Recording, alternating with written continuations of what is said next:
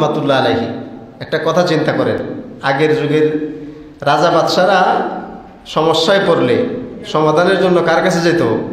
ইমামদের কাছে।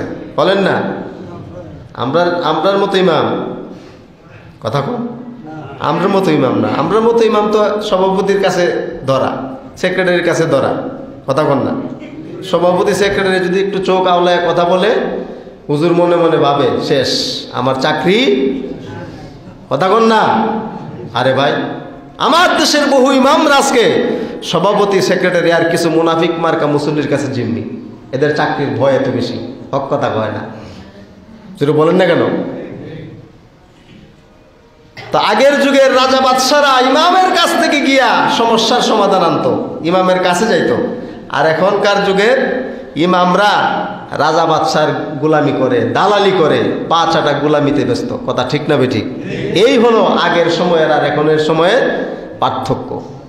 আমরা ইমামরাও আলেমরাও আমরা আমাদের ইজ্জত সম্মান, আমাদের সম্মান আমরা ধরে রাখতে পারি। 5,000, 7,000, 10,000 আর 20,000 টাকার কাছে মনে করতেছি যে আমার রিজিকের যা আছে সব কিছু এখানে। নাউজুবিল্লাহ বলে। আমি বান্দা কার? রিজিকের ফয়সালা করবেন কে? আমার কিসের এত ভয়? বুক উঁচু করে আমি আল্লাহর পক্ষ থেকে, তার হাবিবের পক্ষ থেকে যত হক কথা আছে বলেই যাব। কোনো রাজা, বাদশাহ, মসজিদ কমিটির সভাপতি, সেক্রেটারি কাউকে তোয়াক্কা করার কোনো প্রয়োজন। এই কনসেপ্ট যদি, এই হিম্মত যদি ইমামের হৃদয়ে থাকে, খোদার কসম এই ইমামের কথায় তাসির করবেই করবে। আর এভাবেই সমাজ, রাষ্ট্র ঠিক হয়।